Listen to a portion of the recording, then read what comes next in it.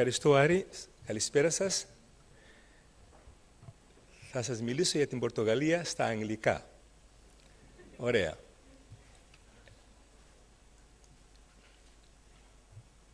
We started our Troika program in June of last year. And as you realize, never before in our history, health and healthcare was so dependent on external factors than now. Sometimes we feel there's very limited things we can do internally unless we pay very important attention to what happens outside the health sector. So I need to start by telling you what's happening in Portugal before I can tell you usefully on what happens on health and health service in Portugal. Now, well, thanks.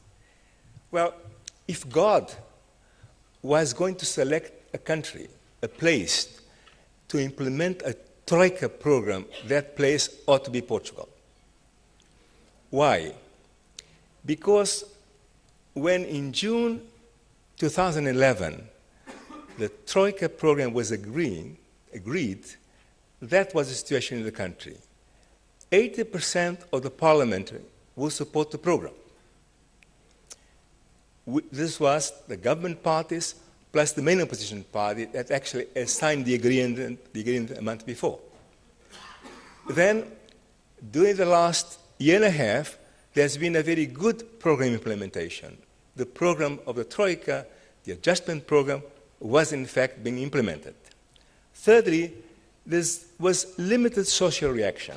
The attitude was, okay, we have to do it. Let's do it. Now, that situation, the ideal situation to implement a Troika program, changed drastically the first week of September, the first 2 weeks of September. Why did it change? Firstly, as you can see here, there was predicted that during this year, 2012, the deficit figure will be in 2012 minus 4.5, and next year will be minus 3.0. That was the agreement. Those were the targets. Now, in September, we found out that actually this year the deficit will be around minus 6, not 4.5. And therefore, it was necessary to shift those targets, and therefore now the new target for next year is not anymore 3, is 4.5, and then a year later, the time shift will be around 2.5. Now the question is, how can you, knowing that this year the program failed to produce the targets, how we can believe that next year we can go from 6 to 4.5? It's difficult economically to believe that will happen. So this was a shock. We said large political support, implementation, social acceptance, and the program failed. Now, the most well-kept secret in Europe today is the Portuguese program failure. Nobody wants to recognize it. The government doesn't want to recognize it. The Troika doesn't want to recognize it. Other European countries don't want to recognize it. Because the logic is that Greece failed because of Greece. So Portugal cannot fail either, also. That's the big political question in Europe today. Now, the second piece of news is that because of the failure, next year we'll have more austerity, which means larger budget cuts, and 30% of the total tax burden. 30%. So nobody likes that prospect. Then, third piece was in a recent publication by International Monetary Fund, they recognized they made a mistake. The assumptions on our adjustment program were that for each dollar of recession, for each dollar of austerity, each dollar of budget cuts and more taxes, will have something like $0.50 of recession. Now, revising that estimates, the International Monetary Fund find out it will not be $5.5, it will be around 1.9 to 1.7, which means 2 times to 3 times the effect on recession from austerity. So they were wrong in designing the program. Now, the result of that was a strong public reaction to this bad news. All of a sudden, people became anxious, and they manifest themselves in many ways. And you know that there was also a strike, a common strike recently, and between the two, there was a doctor strike also. The doctor strike was based on the need to force government to give fixed jobs to young doctors, and actually to succeed in that agreement. Now, what happens with politics after 1 year and a half? In June 2001, we had elections before a minority socialist government was governing the country. And in the elections of 2000 something is missing here. The slide is wrong. In this election, the right-wing parties got around 50% of the vote, and the left-wing parties got around 50%, 40% of the vote. That was a year and a half ago. Now, what happened now in the polls recently, November polls? Well, the government parties lost around 15 points in 1 year and a half, while the opposition parties gained almost also 15 points. So now the current government has the impossible task to impose new austerity with very little social support.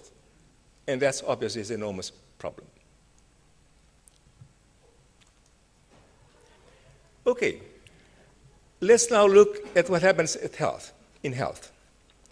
We have, as some of you know, a very interesting primary care reform that is transforming the old-fashioned health centers into a network of family health units with community health units supported by public health, clinical governance, and healthcare management. I'm saying that because now 50% of the country is covered by the reform primary health care, and these units formed a multi-professional association to support the interest in the reform.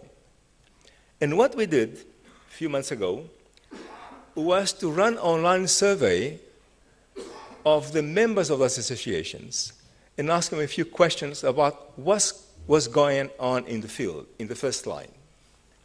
So we ran a survey to, you see there, 1,600 members of the association. We got 878 answers, 53% of respondents. And I will give you a quick glimpse of what the first line workers think that's going on very rapidly. Well, first they believe that depression symptoms went up. Almost 80% of the respondents say there was a large or very large increase on depression in the community. Similar, a bit more action to anxiety response. That's what respondents say that's happening in their patients. And of course, we're trying to confirm the subjective data with objective data now. What happens in our country is that ministers of health and Troika are very sensitive about bad news in health. So we have almost no news from official sources. And therefore, in order to force to have data and analysis on health situation, we're trying to get subjective information and they press to find objective information to confirm it. So if you look now at mortality statistics for suicides, they confirm the subjective findings, which is there's a rise, as you see, from 2008 to 2009, almost the same. Then for 2009 to 2010, an increase, and another increase in 2011. Now, there is also indication that it's still increasing in 2012. There are not spectacular increases, but nevertheless very clear increases. With this, we find a number of disturbances on behavioral aspects. We have more despair drug use, more subsistence trafficking, small trafficking that allows people to survive. We have strange things like more hit-and-run events. So where there are accidents and somebody hits a person, they don't stop, they run. And they run especially because of the price of their life insurance among other police mess. And also, there are reports of more violence and aggression against health professionals, both in hospitals and health centers. So there are a number of behavioral disturbances of importance around the country. Now, there are other sorts of reports. For example, as you know, last winter, especially the beginning of the year, there was cold plus flu, and there was excess mortality in almost European countries. It's in the age group of equal or above 65 years of age. Denmark and Germany were exceptions. There were not increased mortality. And in Portugal and Spain, beyond the increase of mortality of the older people, there was also increase of mortality on the age group between 15 years and 64. Now, if you look more closely at that graph, you see that in Spain and Portugal, the flu was more intense and more extended in time than in the other countries. And our researchers in this area didn't manage yet to give us a good explanation for that sort of changes.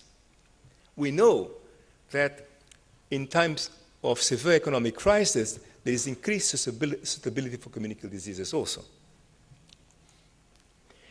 Okay, then we ask our GPs and our nurses, other staff in the health centers, whether co-payments, more co-payments, there was an increase in co-payments in the country, will influence access to health care. And as you see the responses, around 77% of the persons inquired said there was big increases, or at least increases, in difficulties in accessing health care because of increased co-payments. Now, co-payments were increased all along the line. Everything was increased, but not only co-payments were substantially increased, but were extended to almost every medical act in the national service. Now, we are saying that, but we know that Portugal and Greece are outliers in the sense there is a big amount of out-of-pocket payment in healthcare. So co-payments make even less sense than will make generally. Now, another problem is that as people lost purchasing capacity, and they become poor, and transportation prices went up, people have difficulty in transporting themselves to healthcare units. So we asked our target population to what extent difficulties in access were related to difficulties in transportation. And 70% of them felt that this was true. Now, as I told you, official statistics are difficult to get in time and sometimes difficult to interpret. So we can say that if you look at official statistics for health services, there is a tendency to identify a decline of use. But those patterns are noisy. There is a lot of noise around those statistics. So we are looking at specific groups where we can get more clear-cut information. And if you look at diabetes patients and HIV patients, you find clear signs, clear patterns. There is a decline of use of care associated with diabetes and HIV. It's more clear in specific target populations than you can get from official statistics across the entire use of health services. Then, of course, we asked about whether people find it more difficult or less difficult to have access to pharmaceutical drugs. And our target population say 85%, 86% said that patients report difficulty in buying pharmaceutical drugs. Now, this is a bit surprising because pharmaceutical drugs in Portugal got an enormous price cut. But of course, as you see here, if you have pharmaceutical policies, you work on pricing and you increase co-payments. But the other components are not as rapidly implemented. And therefore, there is an enormous effect of price cut, which is easier for patients, but at the same time, patients are impoverishing themselves. So even with pay cuts, with price cuts, they're difficult in affording drugs, many of them. Now we see here, for example, from 2010 to 2011, there was almost a 20% decrease of an expenditure for drugs in the National Service. And that trend continues this year. Now, we're trying to look at that from another perspective. This was a study published recently about the impact of the crisis in the well-being of the Portuguese population. And the one finding is that people are cutting on healthcare expenditures. In total, 22% of those inquired were cutting necessary expenditure in healthcare. But if you look at the families where there was unemployment or an expectation that unemployment may occur, then the percentage of people that reported cutting needed health expenditure went up to 40%. So in a way, people are cutting expenditure, and that's one of the reasons they cannot afford pharmaceutical drugs, even if they are less expensive than before. Well, of course, as you will expect, the big cuts have been in pharmaceutics and hospitals. The reason is that's where the money is. So in hospitals, there have been also very important cuts, and it's difficult to get data about what's happening in hospitals, but there are reports of various sources that say we have signs of rationing. So hospitals sometimes do not have all the equipment and that need to operate. Sometimes they don't have the drugs they need, and therefore you get signs of rationing of healthcare in the Portuguese hospitals. This is one of the main weekly magazines in Portugal. They did a very big story on the problems of hospitals dealing with budget cuts. Now, those are all short-term, immediate effects of the crisis. But there are important long-term effects, and those are associated with demography.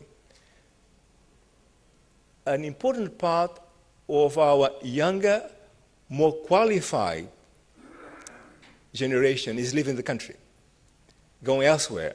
That includes doctors and nurses. And those, unlike the previous migrants, are not going to come back. So we are losing an important part of our wealth to other countries with no prospects of recovering in the future. And that's a long-term effect. It's not an immediate effect. Also, Portugal is among the world countries with lower fertility rates, and then going further down. For the first time in our history, recent history, this year we left less than 100,000 newborns in the country. And that is a long-term pattern, will not reverse itself quickly. You know about unemployment. That is also a non-easily reversible pattern.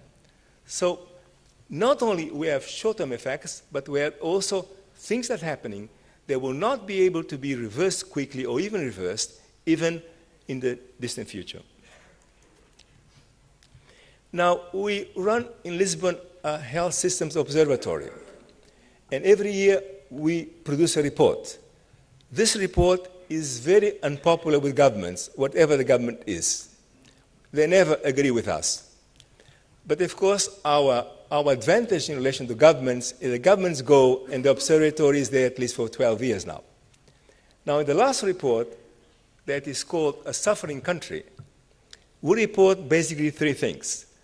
There is visible impact on mental health of the crisis.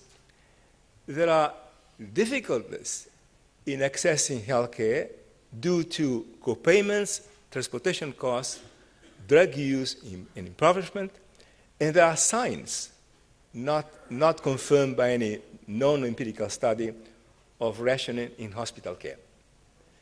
Now, the point I'm showing this to you is the fact that if we want to change the current situation, we need to demonstrate not only to our country public opinion, but the European public opinion institutions that there is a high cost in health of the current crisis, and we have to put that cost in the table of our negotiations.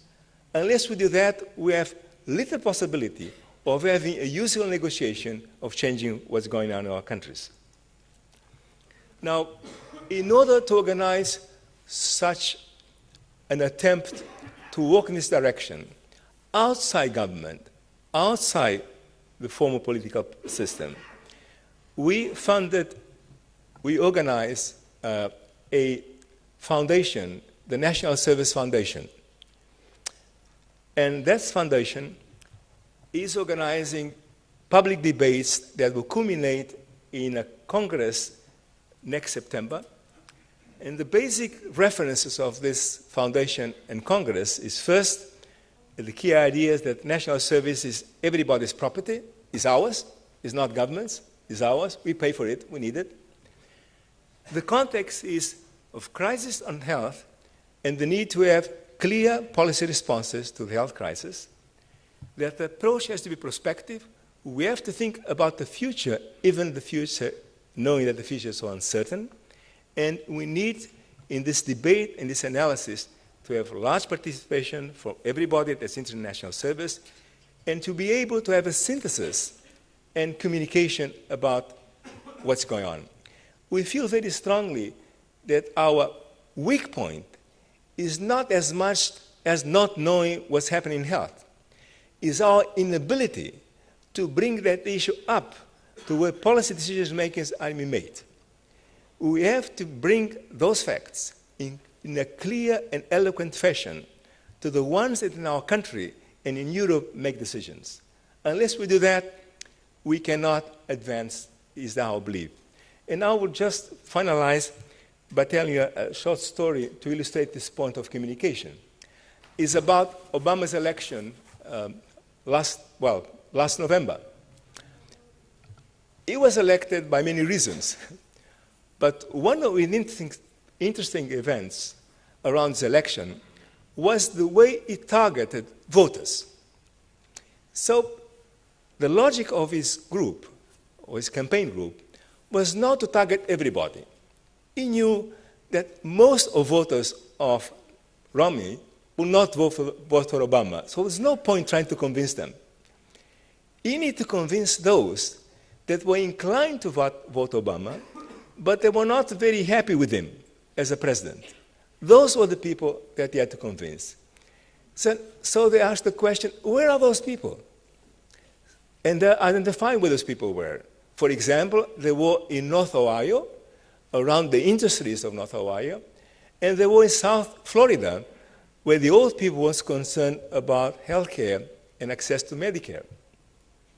So they target those sort of people, but not only they target them, they took their message, the electoral message of Obama, and tried to think what part of the message was appropriate for the Ohio industrial workers and what part of the message was appropriate for the old people in Florida.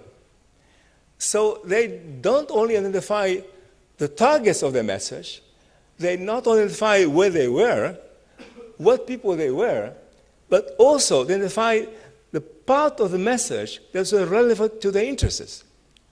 Now, we health policy people believe that by writing a paper or doing an interview or doing a conference, we are doing our job. We are going to influence the world. Well, we are not, unless we find a way to communicate the health agony that's happening in our countries to the target population and make a difference. We are not going to succeed in making a real difference in the years ahead. Thank you. Okay.